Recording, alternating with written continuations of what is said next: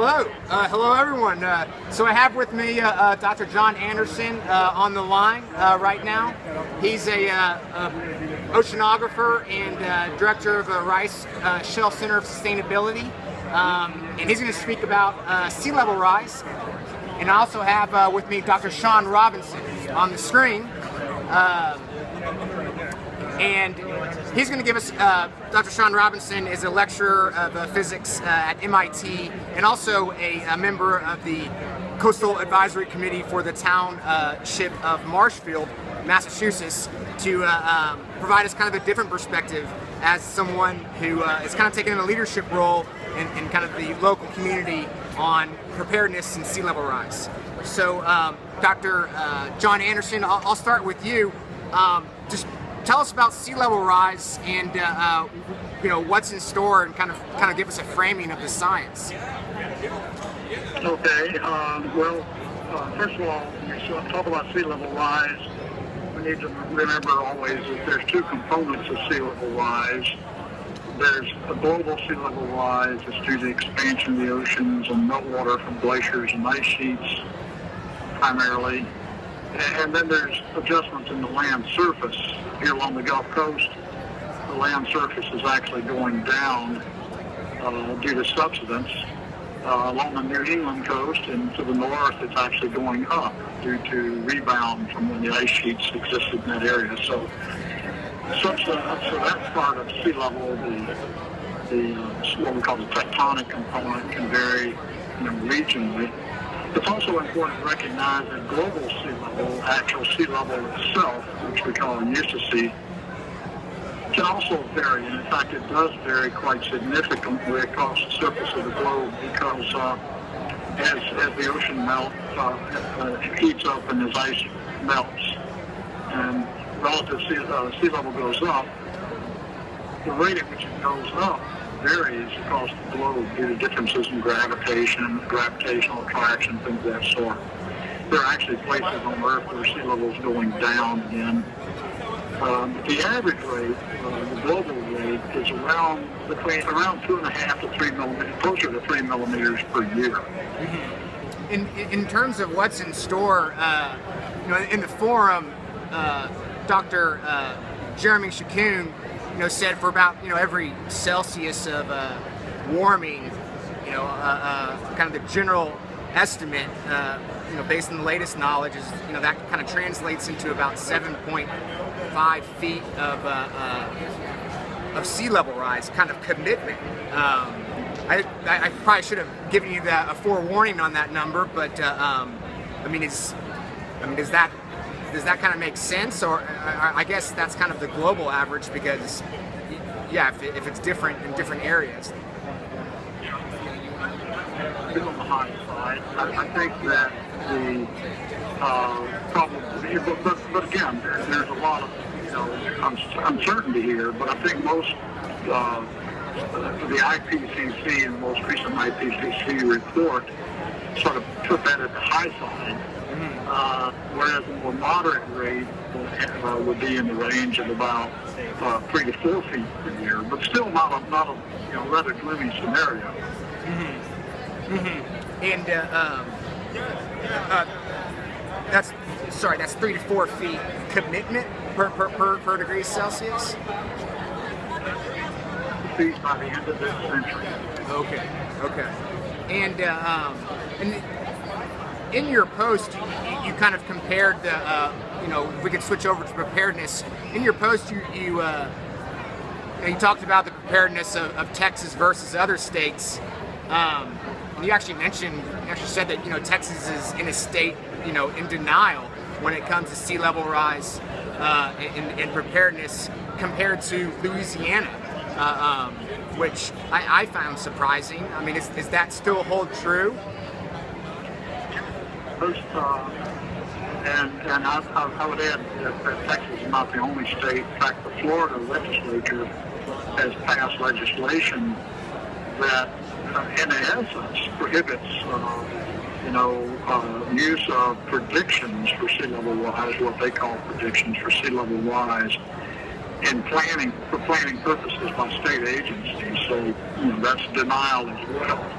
Yeah. Well, here in Texas, we certainly, I think that one of the issues we're having in Texas, I say we, the scientific community is having, in terms of making, getting state policymakers to really look forward and think about coastal change and coming up with a reasonable coastal comprehensive planning strategy, is that there are still many people in Austin who do not accept global warming and or sea level rise, despite the fact that I should point out that this current rate of 3 millimeters per year is 5 times the average rate of sea level rise for the last several thousand years, which is based on a really well-constrained, geologically constrained sea level curve. So we're talking about a 5-fold increase in the rate of sea level rise in historical time.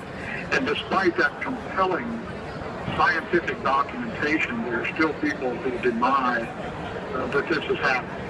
Yeah, and I know that there was that episode where your kind of published research was redacted by the TCEQ, and it actually, hearing about Florida in the, I guess, unspoken rule of where officials can't even mention the word climate change, it reminded me of that.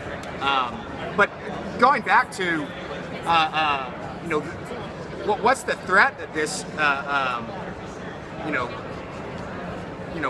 what's the threat of this sea level rise? I mean, is it enough to be a threat? And if it is, in what form? Is it just gradual, or is it storm surge? Well, first of all, we need to recognize that there are two impacts of sea level rise, and one is simply called inundation. That's, sea level rise as you inundate low-lying coastal areas. And so if you go into NOAA, there's a nice NOAA website that you can go on, and you can actually type in your location and some level of rise, and it will inundate the landscape, to show you what that area will look like in 50 years. That's called inundation, and that's certainly an effect. That's a very simple, straightforward effect. I mean, that's called the baptism effect. You raise the water level, you're going to flood the land. But there's a second effect that's less well understood and much more complex, and that actually has to do with the wave rise. And in fact, people who look at, here in Texas, our shoreline is mainly made up of barrier islands and peninsulas. And it's been well established in the scientific literature that these barrier islands and peninsulas simply don't sit there and allow themselves to be drowned eventually by rising sea level, but rather they react to the changes in the rate of sea level. And given the fact that there's been a 5-fold increase in the rate of sea level rise over the last 2 centuries, it's not surprising that we're seeing unprecedented rates of shoreline retreat in places like Galveston Island, Follett Island, which is the next little barrier to the south, North Padre Island. There are other barriers that are more stable, like Mustang Island, the central Texas coast, and that's partly because they have a much larger sand supply, much thicker barriers. They're higher, thicker, more stable barriers, so they'll take longer to respond and a greater rate of sea level rise. But already the current rate has caused documented, unprecedented change. When I say documented, I mean peer-reviewed literature that documents that these islands like Galveston Island, North Padre Island, Follett Island are currently experiencing unprecedented rates of change. And how, what are the policy implications of this in terms of, if there's a hurricane that comes straight up the Houston Ship Channel, with all the petrochemical infrastructure there? Well, certainly, that's a time bomb. We all realize that the Houston Ship Channel, most of the industry in the Houston Ship Channel and the port lie well below storm surge, which is about, somewhere in the neighborhood of about 8 meters maximum storm surge, 24 feet. So that's going to put most of that area under storm surge in the right storm condition. So that's that. But there are other places like Port Arthur, Freeport, Corpus, virtually all the ports, large ports, which are also associated with, of course, large industrial complexes, particularly petrochemical complexes, are located well below storm surge, so they're all sort of sitting ducks waiting on that storm to come along that's going to inundate those areas. And I mean, would you say they're prepared for that scenario? No, I wouldn't say they're prepared. I would say that people who are responsible in the Port Authority for Houston, for example, are aware of these issues. And there's certainly lots of lip service about it. And in fact, the Speed Center, which is housed at Rice University, that's made up of a collaborative group of universities from around the country, they are focusing on some of the solutions. There's actually two solutions that have been proposed. One is called the Ike Dike, which calls for basically a 17, 18-foot wall that goes from High Island all the way down to Freeport. And the other is called Centennial Gate, which is the Speed Center's solution to this problem. And that actually calls for a gate, sort of a set of locks, for example, that would be located further up in Galveston Bay at the mouth of the industrial complex, at the mouth of the port. Is there any traction on those projects? In terms of on the governmental side? Well, there was some immediate traction with the Ike Dike because it was put out there very quickly. And some of particularly the city of Galveston, immediately funded some of that work, feasibility work. But it's been several years now, and really a complete plan or documentation of the engineering, where the materials would come from, what the cost would be, what the impacts, environmental impacts would be, has still not arrived, even though it was promised. So that one is, I think, potentially losing some steam. But I think that there has been a lot of work, to my knowledge, done. Well, I'm fully aware of the work that's been done in the Centennial Gate in terms of looking at, storm surge versus discharge, how those gates would function, how they would be constructed, engineering, the industrial infrastructure, what kinds of construction is needed to protect that infrastructure. And sorry, well, I was just going to, time-wise, switch over to Dr. Robinson. I know you're a physicist and not an oceanographer, but you have taken on kind of a leadership role and some responsibility for your local community. And just tell us about how y'all are dealing with this issue from on the East Coast. Yeah, it's fascinating to hear from John what's going on in Texas, where we're facing many of the same issues, with a lot of the same stories over and over again. Jeff, can you hear me all right? Yeah, we can hear you great. We don't have the petrochemical industry up here, but Boston Harbor is a major shipping port. Very similar issues.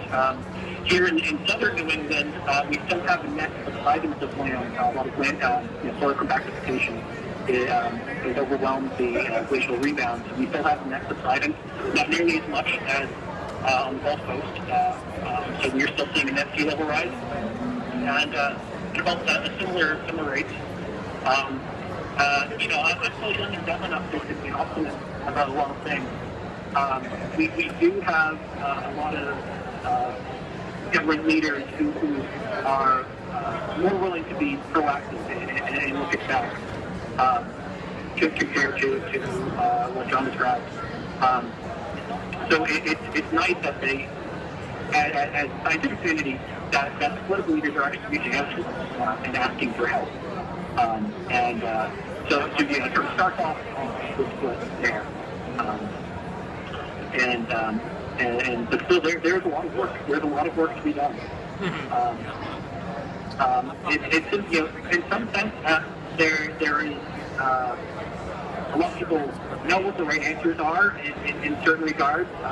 If you have a local low-lying community which has an 80-year-old seawall that's protecting a lot of people's homes, and that seawall is crumbling, do you want to rebuild the seawall or not? When it falls.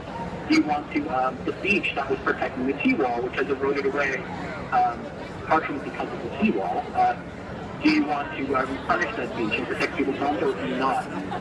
Some of these questions have pretty simple answers, and the big questions are about money, who pays, who organizes things. There's a lot of support on how to make these type of decisions from the federal and the state level. The Army Corps of Engineers has, of course, lots and lots of data and lots of capability and how to help with a lot of these issues.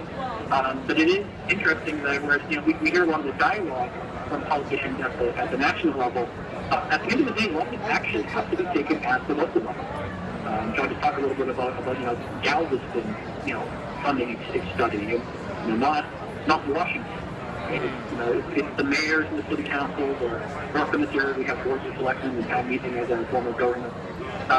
It really is local action. Things are taken care of. The action is taken by the local officials. We don't have they don't have NOAA and the Army Corps. They don't have them on speed dial.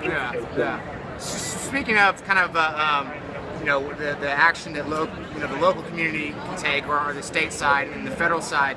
Are there any federal policies that impede preparedness with sea level rise? And Dr. Anderson, I guess we'll wrap up after this, but because there is the flood insurance program which has been criticized as being kind of giving an incentive for people just to rebuild in these areas that it's just going to get there's less erosion or there's effects of erosion and other things that it's kind of making things worse.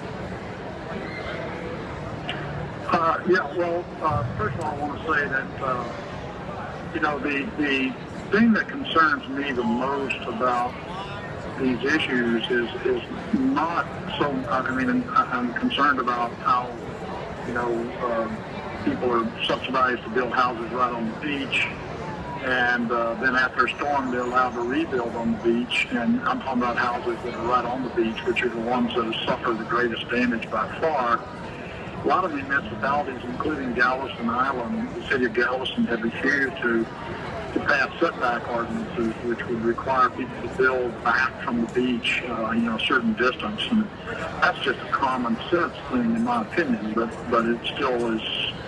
It's not common sense economically because allowing those people to build there generates tax revenues, and that's what the city is looking at foremost. But there's also the thing that concerns me are the people that are living below storm surge that are unaware of it.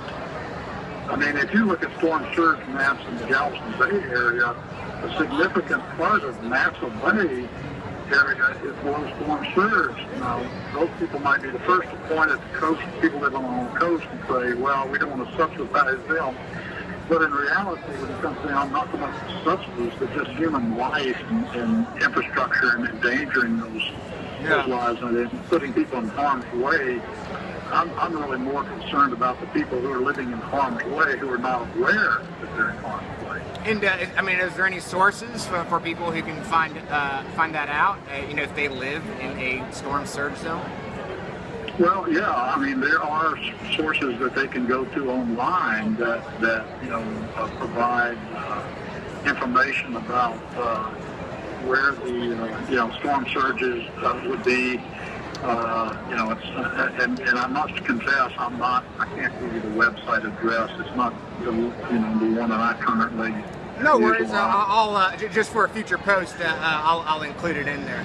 Yeah, that'd be helpful. I know this information's out there and it's available. I can't off the top of my head tell you the website addresses. Yeah, but Dr. Robinson, do you confront that challenge too with kind of the setback level and Absolutely. And the setback is a great example of something where the local the local community has to make those decisions for the most part.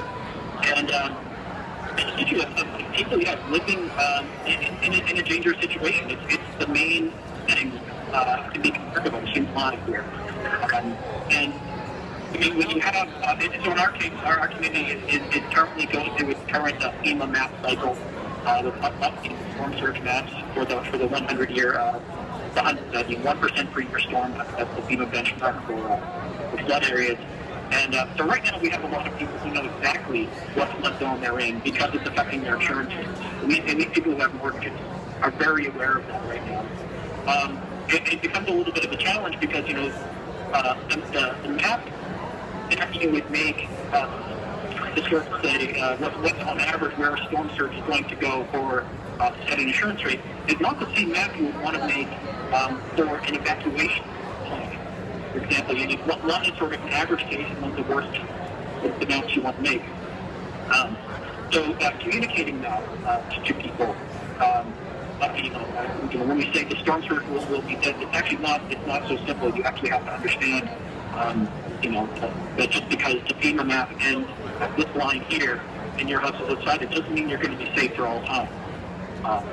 On the other hand, again, with new maps that come out and expand the area of people who have to pay higher flood insurance premiums, obviously people aren't happy about that.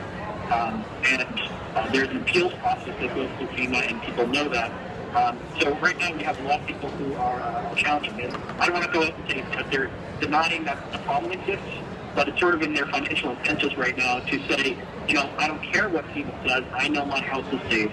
I'm going to step back and say, no, a storm surge is not going to hurt my property. I'm safe. There's sort of a financial incentive to say that right now. So we have to sort of place balance between people being honestly very concerned about their pocketbooks and the reality of actually human safety. It's a fine line to talk. It really it's a walk through the communication. Yeah, and but it sounds like there's a good communication between the scientific community and those decision makers on the East Coast. Well, I could say in general, yeah, but of course the local variations are large. We have our share of people who want to say that climate science is a brand and not a conspiracy and so forth. We have those here just as everywhere else in the country.